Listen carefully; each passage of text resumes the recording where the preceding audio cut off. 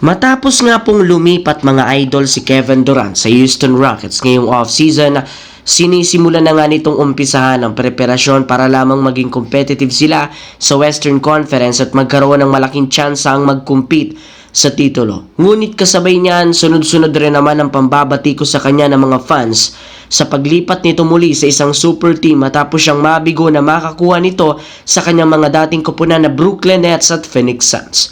Maging si Jeff Teague napabilang sa nambabatikos at nang re-real talk sa kanya na sa naging pahayag nito sa isang podcast na daw isa si Durant sa pinakamagagaling na player sa NBA history, wala rin naman nga itong kakayahan na pangunahan ang isang questionable team at gawing itong contender. Pero hindi rin naman ito ang unang beses na kwinestyon ang pagiging leader ni KD dahil maging si Stephen A. Smith matapang na sinabi noon na hindi isang mahusay na leader si Durant gayong hindi siya nakakagawa ng desisyon para maisaayos ang mga naging problema ng mga dating team na Brooklyn Nets at Phoenix Suns. Samantala, simula nga po nang i-anunsyo ng Los Angeles Lakers na hindi na nila ititrade pa ngayong off-season sina Gabe Vincent at Jared Vanderbilt, marami ang naniniwala na tapos na ang kanilang off-season. Kulang na rin naman sila sa mga asset na ipang-aalok sa ibang kupunan.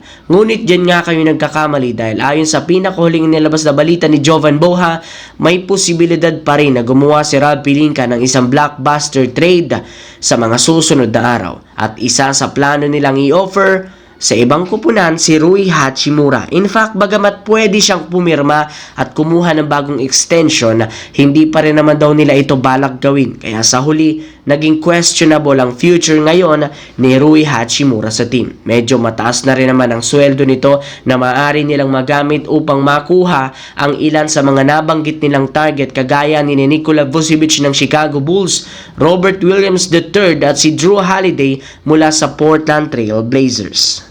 Samantala, alam naman nga ninyo na napakaraming naibalitang planong gawin ng Golden State Warriors kagaya ng pag-trade kay Jonathan Kuminga, pagkuha ng mga bagong player katulad ni Al Horford at DeAnthony Melton at higit sa lahat ang pagbibigay kontrata kay Gary Payton II. Though sa hindi inaasahan ni isa man dito walang nagawa kaya patuloy silang pinagtatawanan ngayon ng mga fans. May ilang mga nagsabi kung hindi nga daw gagawa ng move ang Golden State, 100% maaga silang babagsak sa West. Pero kung si Draymond Green ang tatanungin, wala ngang nagawang improvement ang Golden State, naniniwala pa rin siya, isa pa rin sila sa pinakamalakas na team sa Western Conference.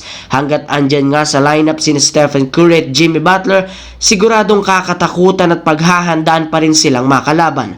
Simula nga nang nagdaang trade deadline, naging sobrang ganda ng record sa tuwing healthy ang lahat at wala nga dito dapat ipag-alala ang kanilang mga fans.